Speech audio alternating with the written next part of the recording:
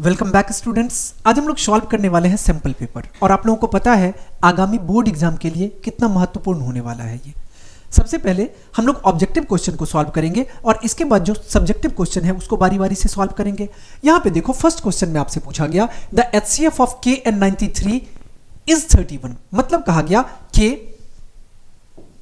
और 93 और इसका HCF कितना दिया गया है, ये इसका HCF आपको दिया गया है 31। HCF आपको दिया गया है 31। क्वेश्चन में कहा गया कि where K is a number, कोई नंबर है, which of this can be true for some value of K। अब K के किस वैल्यू के लिए ये सब ट्रू हो सकता है, आप यहां पे समझो। सबसे पहले समझने की कोशिश करो कि अगर हम K की बात 93 को आप क्या लिख सकते हो। इसको अगर हम बोले प्राइम फैक्टराइजेशन के टर्म में लिखने के लिए तो इसको आप बोलोगे सर ये हो जाएगा 3 into 31, 3 into 31 हो जाएगा। अब 3 into 31 आ गया और इसको आप कितना लिख सकते हो। अगर हम लोग K को लिखना चाहेंगे तो इसको ऐसे लिख सकते हैं 1 into या K into 31, और K into 31 अगर हम लोग करते हैं यहां से देखो कितना आ जाएगा, ये आपको आ जाएगा। अगर K को हम लोग करने की कोशिश करते हैं तो ये आपको 31 into A मान लो, K मानेंगे तो ये 31K हो जाएगा। इसीलिए आप इसको K ना मानते हुए A मान लो, इसको हम लोग A मान लेते हैं A। और आपको पता है कि जब हम HCF की बात करते हैं तो HCF कौन आता है, जो कॉमन होता है वो आता है। तो इसका मतलब देखो कि HCF आपको आ गया HCF ऑफ Kn93 और ये कितना है 31 है। इसका मतलब यहां से बिल्कुल क्लियर है कि 31 दोनों के पास कॉमन होगा, 31 दोनों के पास कॉमन होगा। इसका मतलब यहां से क्वेश्चन में आपसे क्या पूछा गया कि which of this can be true for some value of K, K के किसी वैल्यू के लिए क्या सही है। कहा गया कि K is a multiple of 31। अब देखो कि K 31 का मल्टीपल है, बिल्कुल सही है। कहा गया कि K is a multiple of 93, K जो है वो 93 का मल्टीपल है, ये तो कहीं नहीं है क्योंकि K यहां पे ओनली 31 का मल्टीपल है। आगे कहा गया कि K is an even number, K जो है वो इवन नंबर है, ये भी हो सकता है। और K is an odd number, odd number भी हो सकता है। यहां से आपसे क्वेश्चन में क्या पूछा गया, यहां पे हमें पूछा गया कि which of this can be true for some value of K। हम लोग कह सकते हैं कि 1, 3 और 4 ऑप्शन सही हो सकता है। तो 1, 3 और 4 कहां दिया गया, ये आपको ऑप्शन सी में दिखाई दे रहा है। इसका मतलब 1 का करेक्ट आंसर ऑप्शन सी हो जाएगा। बातें समझ में आ गई। अब हम लोग चलते हैं नेक्स्ट क्वेश्चन की ओर। नेक्स्ट क्वेश्चन में आपसे पूछा गया कि given below is a pair of linear equations. ये क्या दिया गया 4x + y = 8 और 4x - 2y = 16 correct is the given pair of equation. अब कंसिस्टेंट इनकंसिस्टेंट इसको चेक करने के लिए हमें क्या करना पड़ता है, ABC को चेक करना पड़ता है। यहां पे देखो तो इसको आप ऐसे लिख सकते हो 4x + y और -8 = 0, और इसको हम लोग लिख सकते हैं 4x - 2y और -16 = 0, -16 = 0। यहां से देखो A1 कितना आ गया, A1 आपको 4 के इक्वल आ गया, B1 कितना आ गया, B1 1 के इक्वल, और C1 -8 के इक्वल। इसके बाद A2 आपको आ गया 4 के इक्वल, B2 कितना है, B2 आपको आ गया -2 के इक्वल, और C2 आ गया -16 के इक्वल। अब हमें चेक क्या करना पड़ता है, हमें चेक करना पड़ता है पहले हम लोग A1/A2 फाइंड कर लेते हैं। A1/A2 कहने का मतलब A1 के प्लेस पे कितना है 4 है, और A2 के प्लेस पे कितना है तो 4 है। यहां पे 4/4 इट मींस 1 आ गया। इसके बाद B1 के प्लेस पे कितना है तो B1 के प्लेस पे, और बाय B2 के प्लेस पे तो B1 के प्लेस पे आपको दिया गया 1 और B2 के प्लेस पे आपको दिया गया -2। इसका मतलब देखो इसको क्या लिख सकते हैं -1/2। यहां से क्या क्लियर हो रहा है कि A1/A2 इक्वल नहीं है B1/B2 के। और आपने केस पर रखा होगा कि जब A1/A2 इक्वल नहीं होता है B1/B2 के तो ऐसे कंडीशन में क्या होता है, यूनिक सॉल्यूशन हो जाता है, it means only one solution. यहां से हम लोग कह सकते हैं ये क्या कहलाएगा, consistent with unique solution. It means इसका करेक्ट आंसर क्या हो जाएगा तो सी हो जाएगा। बातें समझ में आ गई। अब हम लोग चलते हैं नेक्स्ट क्वेश्चन की ओर।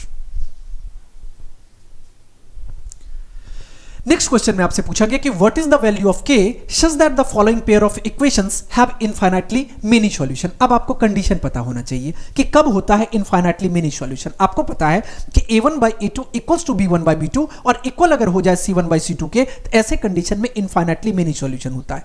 अब आपको यहां पे बस चेक कर लेना है। तो फर्स्ट आपको क्या दिया गया, x - 2y - 3 equals to 0। Second equation क्या है, तो -3x। अब सेकेंड इक्वेशन में आपको दिया गया -3x + ky और इस तरफ शिफ्ट करेंगे तो +9 और ये इक्वल हो जाएगा 0। आपको पता है कि x के कॉफिशिएंट को हम a कहते हैं। यहां पे a1 कितना आ गया, a1 आपको 1 के इक्वल आ गया। b1 कितना आ गया, b1 -2 के इक्वल आ गया। c1 कितना आ गया, ये -3 के इक्वल आ गया। इसके बाद a2 कितना है, a2 -3 है। b2 कितना है, b2 k के इक्वल है। और c2 कितना है, c2 9 के इक्वल है। और आपको पता है 4 इनफाइनाइटली मेनी सॉल्यूशंस कंडीशंस क्या होते हैं, तो a1/a2 इक्वल्स टू b1/b2 और इक्वल्स टू c1/c2। अब समझने की कोशिश करो, a1 के प्लेस पे कितना है, 1 है और a2 के प्लेस पे कितना है, -3 है। b1 के प्लेस पे कितना है, -2 है और b2 के प्लेस पे कितना है, k है। c1 के प्लेस पे कितना है, -3 है और c2 के प्लेस पे कितना है, तो 9 है। अब किसी एक को आप इक्वल कर लो, या तो इस दो को इक्वल कर सकते हो या इस दो को इक्वल कर सकते हो। आपका आंसर आ जाएगा किसी एक से। इसको अगर हम लोग इक्वल करेंगे तो हम लोग कह सकते हैं 1/-3 और ये इक्वल हो जाएगा -2/k के। क्रॉस मल्टीप्लाई कर लो, k इक्वल्स टू कितना आ जाएगा, तो माइनस माइनस प्लस और 3 2 जा 6। आपको k इक्वल्स टू 6 मिल गया। कहां दिखाई दे रहा है k इक्वल्स टू 6, ये हमें दिखाई दे रहा है ऑप्शन डी में। इसका मतलब 3 का करेक्ट आंसर ऑप्शन डी हो जाएगा। बातें समझ में आ गई। अब हम लोग चलते हैं नेक्स्ट क्वेश्चन की ओर। अब हम लोग सॉल्व करने वाले हैं क्वेश्चन नंबर 4 को। 4 नंबर क्वेश्चन में आपसे पूछा गया कि if the zero of quadratic polynomial are 1 और 1, यहां पे ये आप इस टू नहीं समझना, ये 1 और 1 है। कहा गया कि then the polynomial can be. अभी कौन सा पॉलिनोमियल हो सकता है, अब यहां पे समझो कि अगर 1 और 1 इसके जीरो होंगे तो आपका पॉलिनोमियल क्या हो जाएगा, तो इसका मतलब x - 1 और इंटू x - 1 आपका पॉलिनोमियल हो जाएगा इक्वल्स टू 0। अब इसको अगर आप सॉल्व करोगे तो x से मल्टीप्लीकेशन हो जाएगा x - 1 का, फिर -1 से मल्टीप्लीकेशन हो जाएगा x - 1 का। इसको आप लिख सकते हो x से मल्टीप्लाई करने पे x² माइनस x और माइनस x और +1, यहां से आपको कितना आ जाएगा, x² माइनस 2x + 1। अब देखो x² माइनस 2x + 1 कहां दिया गया, ये हमें दिया गया है ऑप्शन बी में। इसका मतलब 4 का करेक्ट आंसर जो है वो ऑप्शन बी हो जाएगा। बातें समझ में आ गई। अब हम लोग चलते हैं नेक्स्ट क्वेश्चन की ओर। नेक्स्ट क्वेश्चन में पूछा गया कि विस्टम ऑफ द प्रोग्रेशंस 20 19, इसके बाद 20 दिया गया और 19 होल 1/4, फिर 18 होल 1/2 और 17 whole 3/4 is the first negative term. मतलब कहा गया कि इस गिवन एपी का कैमवा टर्म जो है वो फर्स्ट नेगेटिव टर्म होगा। कैसे पता करेंगे, यहां पे समझो, हमें ए पता है, ए कितना पता है, 20 के इक्वल पता है। हम लोग मान लेते हैं let first negative term n term होगा, first negative term equals to nth term. अब इसका मतलब यहां से बेसिक कॉन्सेप्ट ये होगा कि नेगेटिव कब होगा, जब 0 से छोटा हो जाएगा।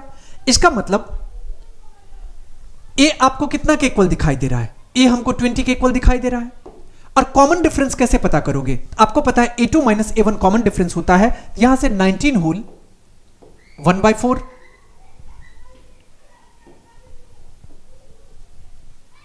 19 होल 1/4 और -20, यहां पे आ जाएगा 77/4 -20/1, 4 एलसीएम आ जाएगा, यहां पे 77 और -80, यहां से कितना आ जाएगा, ये आपको आ जाएगा -3/4। कॉमन डिफरेंस कितना आ गया, तो डी आपको आ गया -3/4। अब इसका मतलब आप कह सकते हो कि ये जो an हो जाएगा ये an ये लेस हो जाएगा किससे, 0 से। जब an लेस होगा 0 से तभी तो नेगेटिव होगा। इसका मतलब an लेस हो गया यहां पे 0 से। और an का फॉर्मूला क्या होता है, a + n - 1 × d। a के प्लेस पे 20 प्लस n तो आपको नहीं पता, n-1 और इनटू d के प्लेस पे कितना आ जाएगा, d आपको आ गया -3/4 और ये लेस देन हो जाएगा किसके, 0 के। बातें समझ में आ रही है। अब अगर आप इसको सॉल्व करोगे तो यहां से आपको आ जाएगा 20 और -3/4n और +3/4 और ये लेस देन हो जाएगा किसके, 0 के। या आप इसको एक साथ कर लो, 20 + 3/4 और -3/4n और लेस देन हो जाएगा 0 से। 24 जा 80 और 3 यह आ जाएगा 83/4 और -3/4n लेस देन आ गया 0 के। या आप इसको ऐसे भी लिख सकते हो, इस तरफ शिफ्ट कर लो तो 83/4 और ये लेस देन हो गया किसके, 3/4n के। यहां से आप इसको इस तरफ लाओगे तो 83 × 4 और बाई 3 और ये लेस देन हो गया n के। 83 × 4 बाई 4 × 3, 4 × 3, 4 से 4 कैंसिल कर लो, यहां से 3 कितना आ जाएगा, 3 से इसको अगर सॉल्व करते हैं तो ये आपको आ जाएगा, 3 से तो डिवाइड होगा नहीं, 83/3 ही रहने दो, 83/3।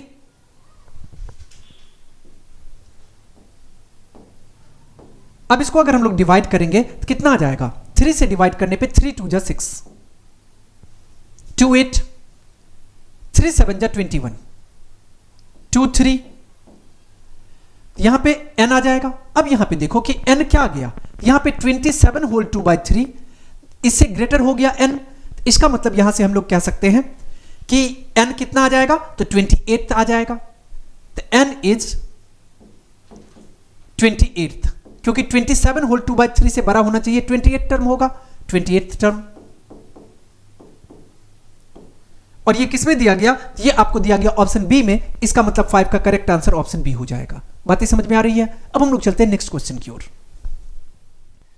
नेक्स्ट होगा क्वेश्चन नंबर 6। 6 नंबर क्वेश्चन में आपसे पूछा गया कि पॉइंट ए जिसका कोऑर्डिनेट -1 और y है, बी जिसका कोऑर्डिनेट 5 7 है, lie on a circle with centre O जिसका कोऑर्डिनेट 2 और -3y है। कहा गया कि द वैल्यू ऑफ y, आपसे y पूछा गया, y का वैल्यू क्या होगा। सपोज करते हैं कि ये हमारा सर्कल रहा,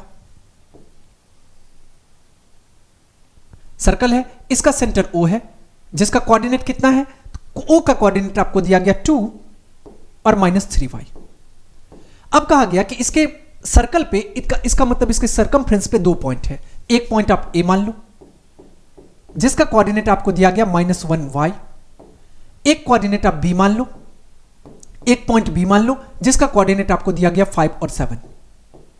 अब एक चीज सोचो कि अगर सरकमफ्रेंस पे 2 पॉइंट होगा, इसका मतलब ये दोनों रेडियस हो जाएगा, OA और OB।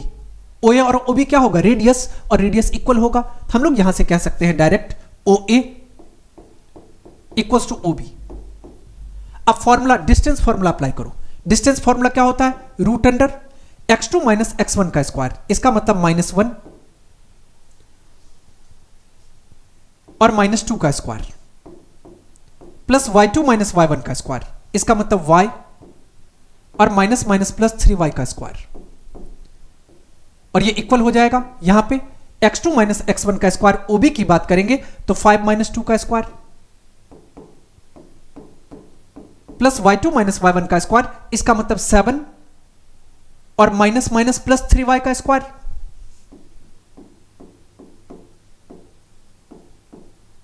अब यहां देखो ये स्क्वायर रूट दोनों तरफ कैंसिल हो जाएगा।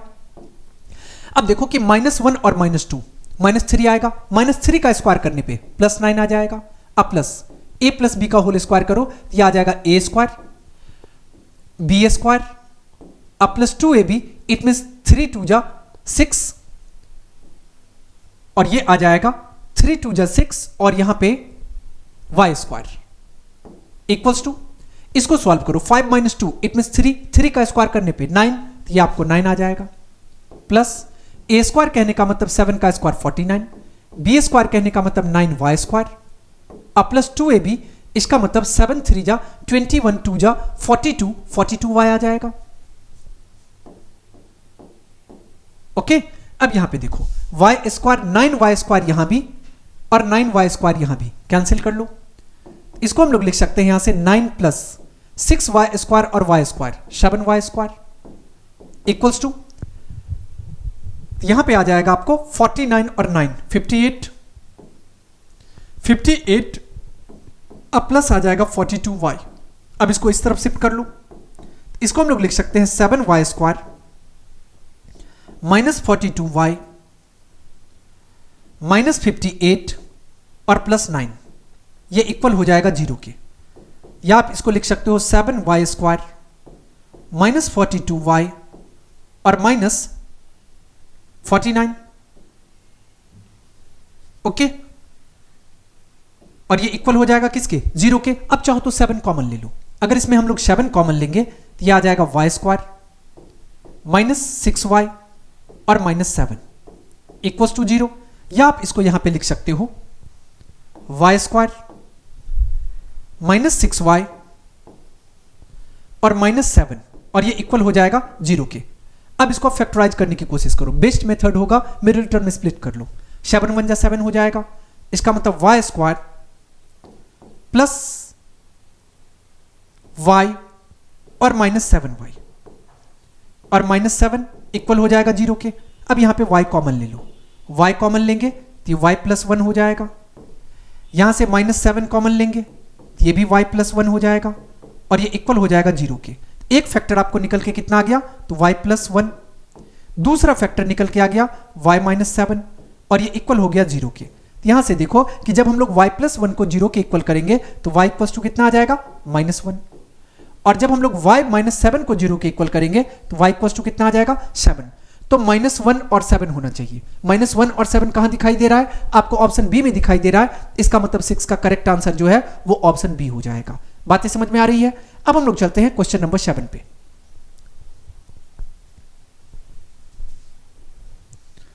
क्वेश्चन नंबर 7 में पूछा गया कि the vertices of parallelogram PQ R is taken in order R PQ R then the coordinate of its fourth vertex S। Suppose करो कि PQRS एक पैरेललोग्राम है।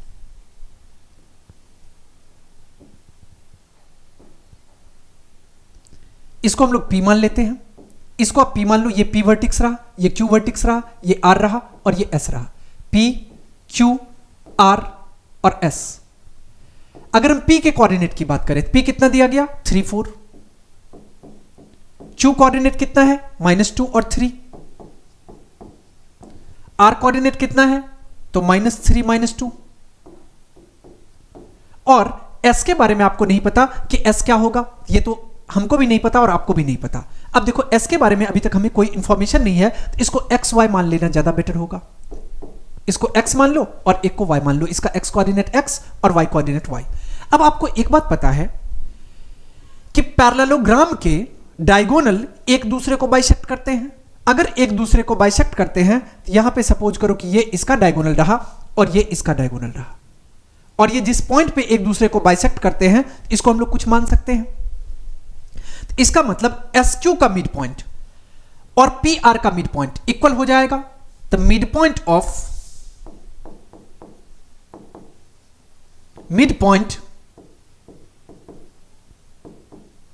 ऑफ SQ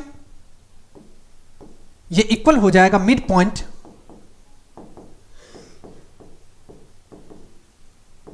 ऑफ PR के। अब यहां से समझने की कोशिश करो, अगर मिड पॉइंट फाइंड करते हैं तो इसका फॉर्मूला क्या होता है, x1 प्लस x2/2। यहां से आपको आ जाएगा x प्लस -2/2,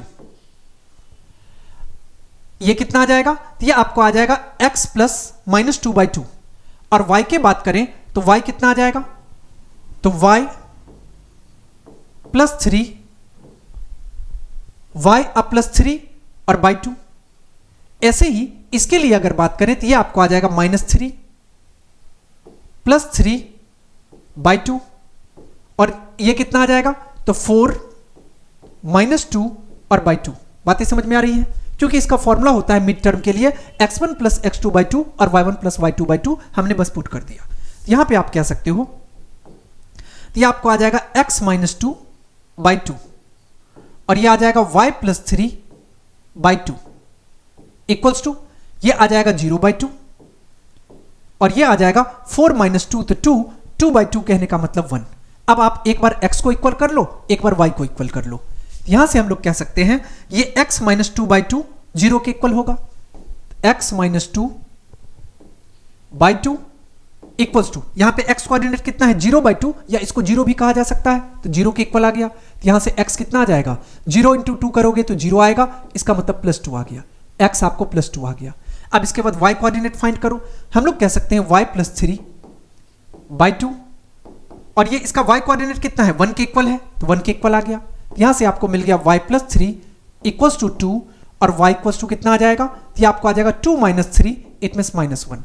x कोऑर्डिनेट कितना मिल गया 2, y कोऑर्डिनेट कितना मिल गया तो -1। अब आप चेक करो कि 2 और -1 कहां दिया गया है, तो 2 और -1 हमें ऑप्शन सी में दिखाई दे रहा है, इसका मतलब 7 का करेक्ट आंसर जो है वो ऑप्शन सी हो जाएगा। ओके, अब हम लोग चलते हैं नेक्स्ट क्वेश्चन की ओर। नेक्स्ट क्वेश्चन में आपसे पूछा गया है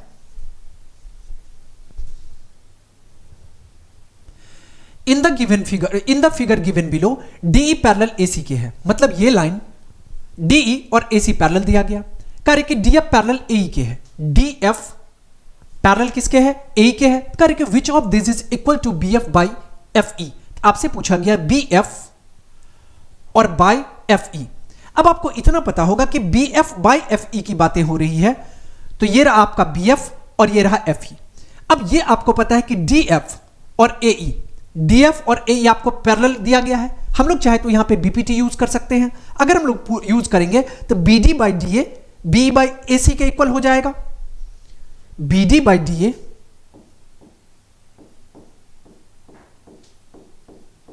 BD यहां पे देखो कि इसका BD और बाई DA और ये इक्वल किसके आ जाएगा, ये आपको आ जाएगा BD इसका लिए थे, इसका आ जाएगा BF by FE। BF by कितना आ जाएगा FE आ जाएगा। इसको आप एक चीज लिख सकते हो BD बाई DA और इसको आप फर्स्ट में ले लो BE बाई EC को, BE और बाई EC।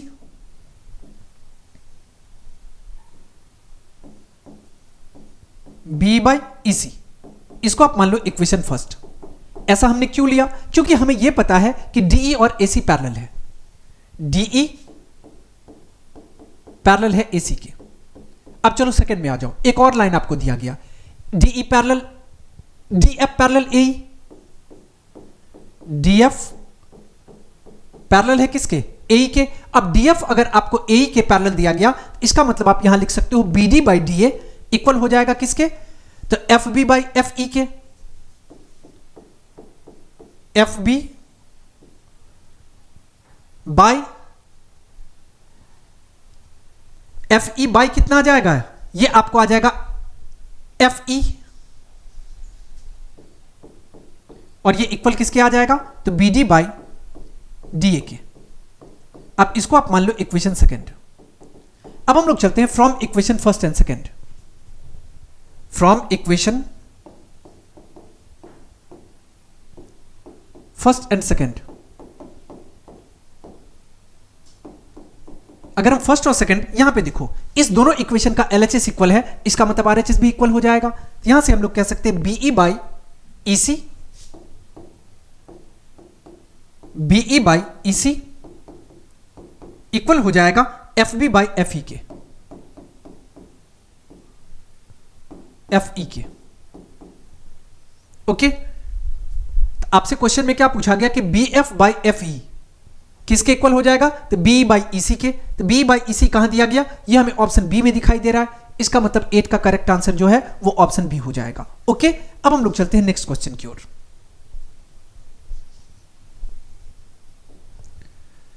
नेक्स्ट क्वेश्चन में आपसे पूछा गया कि अंकित ज्वाइंस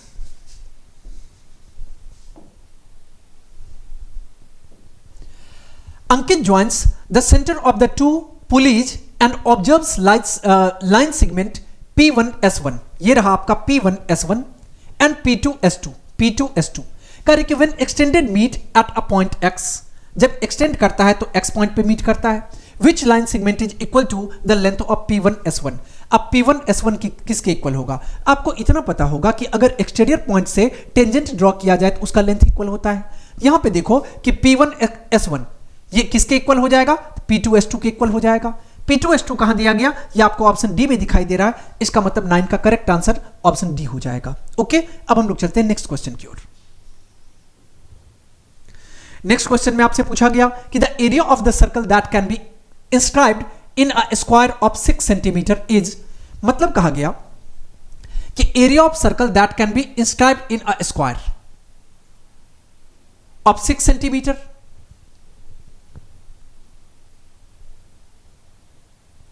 मतलब कहा गया कि एक स्क्वायर के अंदर एक सर्कल बनाया गया है। एक स्क्वायर, सपोज करो कि ये आपका स्क्वायर रहा और इसके अंदर एक सर्कल बनाया गया है, ये रहा सर्कल। और क्वेश्चन में क्या दिया गया कि the area of circle that can be inscribed in a square of 6 centimetre. अब देखो कि अगर हम लोग सपोज करते हैं कि ABCD ये एक स्क्वायर हो जाएगा और इसका साइड आपको कितना दिया गया? 6 सेंटीमीटर दिया गया। अब एक चीज समझने वाली बात यहां पे ये है कि जो इसका स्क्वायर का साइड होगा वही इसके लिए सर्कल के लिए डायमीटर बन जाएगा। बातें समझ में आ रही है? तो यहां से आपको डायमीटर ऑफ सर्कल कितना मिल गया? तो डायमीटर ऑफ सर्कल मिल गया आपको 6 सेंटीमीटर। तो रेडियस कितना आ जाएगा? तो डायमीटर बाय 2 रेडियस, इट में 6/2 मतलब 3 सेंटीमीटर क्या होगा? रेडियस हो जाएगा। क्वेश्चन में आपसे क्या पूछा गया? Area of circle. अब एरिया ऑफ सर्कल फाइंड कर लो। एरिया ऑफ सर्कल, इसका फॉर्मूला होता है पाई आर स्क्वायर। पाई को पाई ही रहने दो और आर स्क्वायर कहने का मतलब 3 का स्क्वायर, इट मीन 3 इंटू 3 कितना आ जाएगा? 9 पाई सेंटीमीटर स्क्वायर आ गया। अब देखो 9 पाई सेंटीमीटर स्क्वायर कहां दिखाई दे रहा है? ऑप्शन डी में। इसका मतलब 10 का करेक्ट आंसर जो है वो ऑप्शन डी हो जाएगा। ओके, अब हम लोग चलते हैं नेक्स्ट क्वेश्चन की ओर।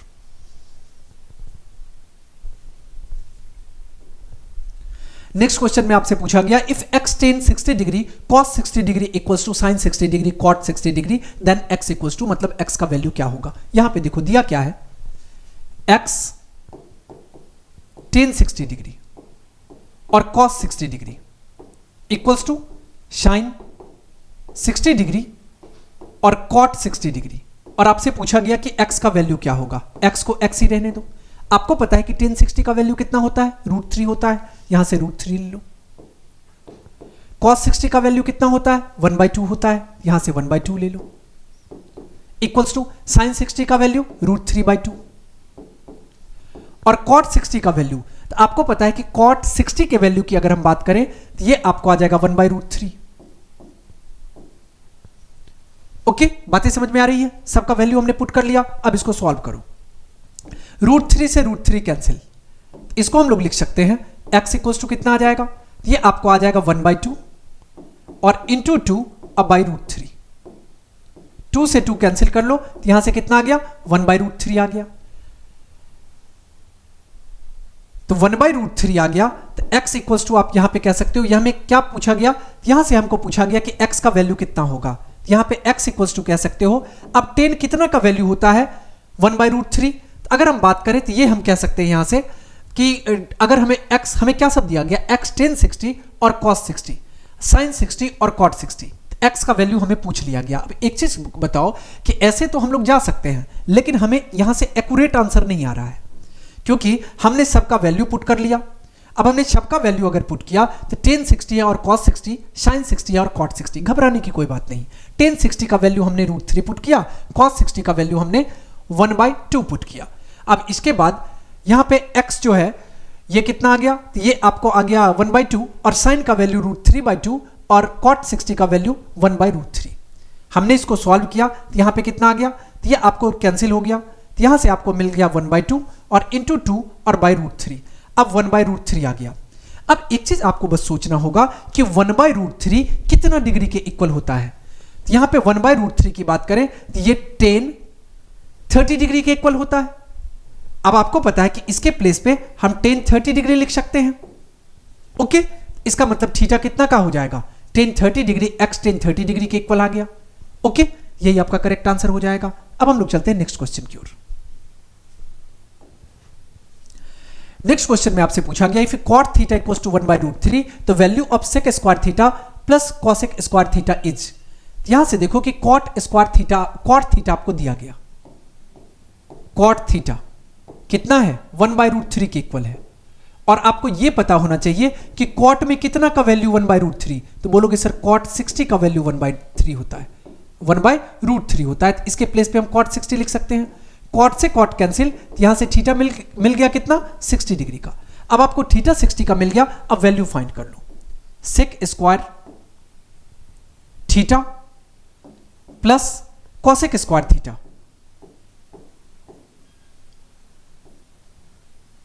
Cosec square theta. अब यहां से अगर हम सॉल्व करेंगे तो यह आपको आ जाएगा sec square 60 degree plus cosec square 60 degree. अब आपको यह पता होगा कि cos 60 का वैल्यू 1/2 होता है, यह आपको आ जाएगा 2 का स्क्वायर। अब cosec 60 जो है तो यहां पे देखो कि sin 60 का वैल्यू √3/2, यह आ जाएगा 2/√3 का होल स्क्वायर। इसको अगर आप सॉल्व करोगे 2 का स्क्वायर करने पे 4 आ जाएगा, 2 का स्क्वायर करने पे 4 और √3 का स्क्वायर करने पे 3, इसका मतलब 4 3 जा 12 और 4 16/3 आ जाएगा। अब 16/3 या आप इसको क्या लिख सकते हो 3 5 जा 15 116/3 5 होल 1/3, 5 होल 1/3 कहां दिखाई दे रहा है ऑप्शन डी में, इसका मतलब 12 का करेक्ट आंसर ऑप्शन डी हो जाएगा। बातें समझ में आ गई। अब हम लोग चलते हैं नेक्स्ट क्वेश्चन की ओर। नेक्स्ट क्वेश्चन में आपसे पूछा गया कि in the figure below what is the length of A B. आपसे पूछा गया कि ए बी का लेंथ क्या होगा, मतलब आपसे ये लेंथ पूछ लिया गया। ओके कोई बात नहीं, पूछ लिया गया तो बना देंगे। अब एक चीज समझो, आपको यहां पे दो राइट एंगल ट्रायंगल दिखाई दे रहा है, कौन सा, एक डीबीसी और एक डीएसी। दोनों राइट एंगल ट्रायंगल को ले लो बारी बारी से। हम लोग फर्स्ट टाइम लेते हैं राइट ट्रायंगल डीबीसी को। इन ट्रायंगल डी बी और सी, अगर डीबीसी की बात करें तो यहां पे tan थीटा अप्लाई कर सकते हो, tan 45 डिग्री, और tan थीटा का फॉर्मूला क्या होता है, P/B होता है। यहां से परपेंडिकुलर के प्लेस पे क्या है, CD है, बेस के प्लेस पे क्या है, BC है। और आपको ना तो CD पता है ना ही BC पता है, लेकिन आपको इतना पता है कि tan 45 डिग्री का वैल्यू 1 होता है। यहां पे आप 1 पुट कर लो तो 1 इक्वल हो जाएगा किसके, CD/BC के। अगर इसको क्रॉस मल्टीप्लाई करेंगे तो BC और CD इक्वल हो जाएगा। यहां से आपको क्या मिल गया, BC और CD इक्वल मिल गया। अब आप आ जाओ ट्रायंगल ADC में। इन ट्रायंगल ADC, अगर हम ADC की बात करेंगे तो यहां पे हम लोग फिर से फॉर्मूला अप्लाई कर सकते हैं। अब आप tan 30 अप्लाई करो, tan 30 इक्वल्स टू, इसका फॉर्मूला होता है P/B, तो परपेंडिकुलर के प्लेस पे कितना, CD, बेस कितना है, AC। अब आपको पता होना चाहिए कि tan 30 का वैल्यू कितना होता है, बोलोगे सर 1/√3 होता है, यहां से 1/√3 पुट कर लो, और ये इक्वल्स टू CD। अब एक चीज समझने की कोशिश करो, CD आपको दे रखा है कितना, 45, तो यहां से ये तो बिल्कुल क्लियर हो गया कि CD अगर हमें 45 दिया गया तो BC भी कितना हो जाएगा, 45 हो जाएगा। यहां से आप कह सकते हो BC equals to CD equals to 45। ये बातें तो बिल्कुल क्लियर है। अब आप यहां पे CD के प्लेस पे 45 पुट कर सकते हो। अब AC को समझो, अगर हम AC की बात करें तो AC कब बना, जब AB और BC मिला तब AC बना। इसका मतलब AC के प्लेस पे AB प्लस BC लिखा जा सकता है। इसको आप लिख सकते हो AB और प्लस BC। AB अब प्लस कितना आ गया, BC आ गया, तो 1/√3 इक्वल्स टू CD है आपको 45 बाय, क्वेश्चन में आपसे क्या पूछा गया है, तो AB पूछा गया, तो AB को AB ही रहने दो, और BC आपको पता है कि 45 है, ये BC के प्लेस पे कितना आ जाएगा, तो 45, तो 45 अब प्लस AB रहने दो। बातें समझ में आ रही है।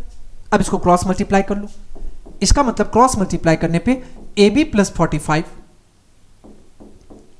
ये इक्वल हो जाएगा 45√3 के। यहां से AB कितना आ जाएगा, AB इक्वल्स टू आ जाएगा 45√3 और माइनस 45। अब 45 कॉमन ले लो, 45 कॉमन लोगे तो ये आपको आ जाएगा √3 - 1। अब आप चेक कर लो, ये ए बी आपसे पूछा गया था और ए बी कितना गया, तो 45 इंटू रूट 3 माइनस 1 कहां पे दिखाई दे रहा है, 45 इंटू रूट 3 माइनस 1, ये हमें दिखाई दे रहा है ऑप्शन सी में। इसका मतलब 13 का करेक्ट आंसर ऑप्शन सी हो जाएगा। ओके, अब हम लोग चलते हैं नेक्स्ट क्वेश्चन की ओर। नेक्स्ट क्वेश्चन में आपसे पूछा गया, in the given figure if PQR is the tangent to a circle at Q, मतलब कहा गया कि PQR ये जो है वो PQ और R ये टेंजेंट है at Q, मतलब पॉइंट ऑफ कांटेक्ट जो है वो Q है। अब कहा गया कि हुज सेंटर इज O, इसका सेंटर O है। AB is a chord parallel to PR, मतलब कहा गया कि AB जो है वो PR के पैरेलल है और BQR 70 का है, BQR ये 70 का है। कह रहे कि AQB इज इक्वल टू, आपसे पूछा गया कि AQ और B, इसका मतलब ये एंगल कितना का होगा, AQ और B ये आपसे पूछ लिया गया। अब कैसे फाइंड करेंगे, यहां पे समझो पहले। अब समझने की कोशिश करो आप कि यहां पे ये कितना है, 90 डिग्री का है और ये भी कितना का है, 90 डिग्री का है। अब ये अगर 70 है तो ये टोटल कितना का आ जाएगा, अगर 70 की बात होगी तो ये 70 होगा। तो आपको पता है कि रेडियस जो है, अगर हम OQ को रेडियस मानते हैं तो रेडियस और टेंजेंट के बीच 90 डिग्री का रिलेशन होता है। इसका मतलब अगर ये 70 का आया होगा तो ये एंगल आपको कितना का मिल गया होगा, 20 डिग्री का मिल गया होगा। ये एंगल कितना का आ गया, 20 डिग्री का आ गया। अब आपको इतना पता है कि ये अगर 20 डिग्री का आ गया तो यहां पे समझने की कोशिश करो कि हमें ये पता है कि 90 डिग्री का है, ये 90 आ गया और ये 20 आ गया, तो 90 और 20। अब ये 90 और 20 कितना आ गया। इस तरफ भी अगर हम बात करें तो एक चीज करो, दो ट्रायंगल को आप सिमिलर कर सकते हो। यहां पे आप देख सकते हो कि इसका एंगल A इसके एंगल B के इक्वल हो जाएगा और यहां पे M और M कितना रहा, 90 डिग्री का। इसका मतलब हम लोग कह सकते हैं कि ये दो ट्रायंगल इट मींस AMQ और BMQ ये दोनों आपस में क्या हो जाएंगे, सिमिलर हो जाएंगे। अब सिमिलर अगर हो जाएंगे तो ये एंगल अगर 20 का है तो क्वेश्चन में आपसे क्या पूछा गया कि AQB कितना का हो जाएगा। तो AQB, तो अगर ऑब्वियस है कि ये 20 का है तो ये भी कितना का आ जाएगा, 20 डिग्री का आ जाएगा और 20 और 20 कितना हो जाएगा, तो 40 डिग्री का। तो फाइनली आपसे पूछा गया कि AQB कितना का होगा, तो AQB आपको आ जाएगा 40 डिग्री का। 40 कहां पे दिया गया, आपको ऑप्शन बी में दिखाई दे रहा है। इसका मतलब 11 का करेक्ट आंसर जो है वो ऑप्शन बी हो जाएगा। ओके, अब हम लोग चलते हैं नेक्स्ट क्वेश्चन की ओर। यहां तक ये बातें पूरी समझ में आ गई। यहां पे कुछ नहीं करना था। देखो अगर हम बाय प्रोसेस चलते तो बस एक बार AMQ और BMQ को सिमिलर करते, सिमिलर करने के बाद आपको पता है कि कॉरस्पॉन्डिंग एंगल इक्वल हो जाएगा और यहां से हम लोग डायरेक्ट 20 + 20 करके 40 फाइंड कर सकते थे। अब हम लोग नेक्स्ट क्वेश्चन की ओर बढ़ते हैं। नेक्स्ट क्वेश्चन में आपसे पूछा गया कि the diameter of circle whose area is equal to the sum of the area of the two circle and the radii 24 centimetre and 7 centimetre. आपसे डायमीटर ऑफ सर्कल पूछा गया। हम लोग मान लेते हैं कि एक सर्कल जिसका डायमीटर D रहा होगा, अगर इसका डायमीटर D रहा होगा तो रेडियस कितना आ जाएगा, कैपिटल R आ जाएगा। और यहां पे आपको दिया गया ये किसके इक्वल है, तो diameter of the circle whose area is equal to, इसका मतलब ये जो पाई आर स्क्वायर हो जाएगा ये किसके इक्वल आ जाएगा। ये कहा गया कि दो सर्कल के एरिया के स्क्वायर के इक्वल है। यहां पे एरिया ऑफ दो सर्कल के एरिया के सम के इक्वल है। इसका मतलब पाई R1 स्क्वायर और प्लस पाई R2 स्क्वायर। यहां तक आपका कॉन्सेप्ट क्लियर है। बस इस R के बारे में आपको नहीं पता है, तो पाई R स्क्वायर इक्वल्स टू यहां से पाई। अब देखो एक रेडियस कितना पता है, एक रेडियस आपको पता है 24 का है, तो 24 का स्क्वायर कर लो, 24 इंटू 24 प्लस पाई, और दूसरा कितना है रेडियस 7 का है, 7 का स्क्वायर कर लो, इट मीन 7 इंटू 7। अब यहां से देखो कि ये आपको मिल गया पाई R स्क्वायर और इक्वल्स टू पाई कॉमन ले लो, यह आपको आ जाएगा 24 इंटू 24 576, 7 इंटू 7 49। अब पाई से पाई को आप कैंसिल कर लो, इट मींस आपको R स्क्वायर कितना मिल गया, R स्क्वायर 9 6 15 का 5 कैरी 1, 7 4 11 1 12 का 2 कैरी 1 5 1 6। R इक्वल्स टू कितना मिल गया, ये आपको मिल गया √625। और आपको पता है कि 25 का स्क्वायर होता है 625, यहां से आपको 25 आ गया रेडियस। तो आपसे क्वेश्चन में पूछा गया कि डायमीटर क्या होगा, तो हम लोग डायमीटर इक्वल्स टू कह सकते हैं ये होता है 2 इंटू रेडियस। तो 2 इंटू रेडियस के प्लेस पे आपने 25 फाइंड किया, 25 को 2 से मल्टीप्लाई करने पे कितना आ जाएगा, 50 आ जाएगा। 50 कहां पे दिया गया, तो आपको ऑप्शन डी में, इसका मतलब 15 का करेक्ट आंसर जो है वो ऑप्शन डी हो जाएगा। बातें समझ में आ गई। अब हम लोग चलते हैं नेक्स्ट क्वेश्चन की ओर। नेक्स्ट क्वेश्चन में आपसे पूछा गया, the probability that the drawn card from a pack of 52 cards is neither a ace nor a spade. मतलब कहा गया कि ना तो एस होना चाहिए और ना ही स्पेड होना चाहिए। अब एक बात बताओ कि आपको टोटल पता है कि 52 कार्ड होते हैं, इसका मतलब total number of possible outcomes कितने आ गए, 52 आ गए। अब इसमें कहा गया कि ना तो एस और ना ही स्पेड होना चाहिए, तो टोटल 52 कार्ड आ गया।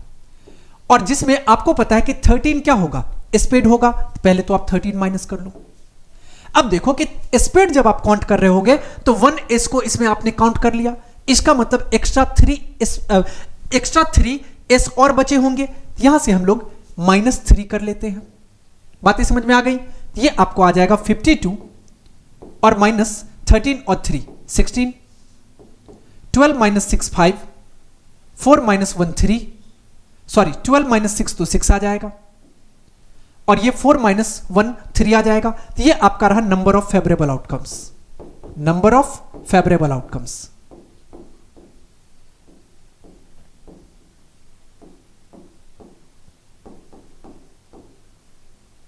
ओके, और इसके बाद देखो कि पॉसिबल आउटकम्स कितना है, 52। ये रहा आपका total number of possible outcomes, total number of possible outcomes.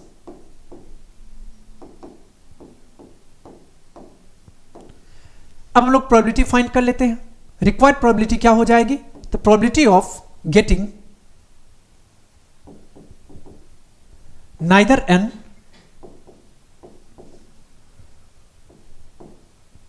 S nor a spade. अब इसका फॉर्मूला पता है, number of favourable outcomes by total number of possible outcomes. Favourable outcomes 36 रहा, पॉसिबल आउटकम्स 52 रहा। ये 18 2 जा, 26 2 जा, 9 2 जा, 13 2 जा, कितना आ गया, 9/13 आ गया। कहां पे दिखाई दे रहा है, ये आपको ऑप्शन ए में दिखाई दे रहा है, मतलब 16 का करेक्ट आंसर जो है वो ऑप्शन ए हो जाएगा। ओके, अब हम लोग चलते हैं नेक्स्ट क्वेश्चन की ओर।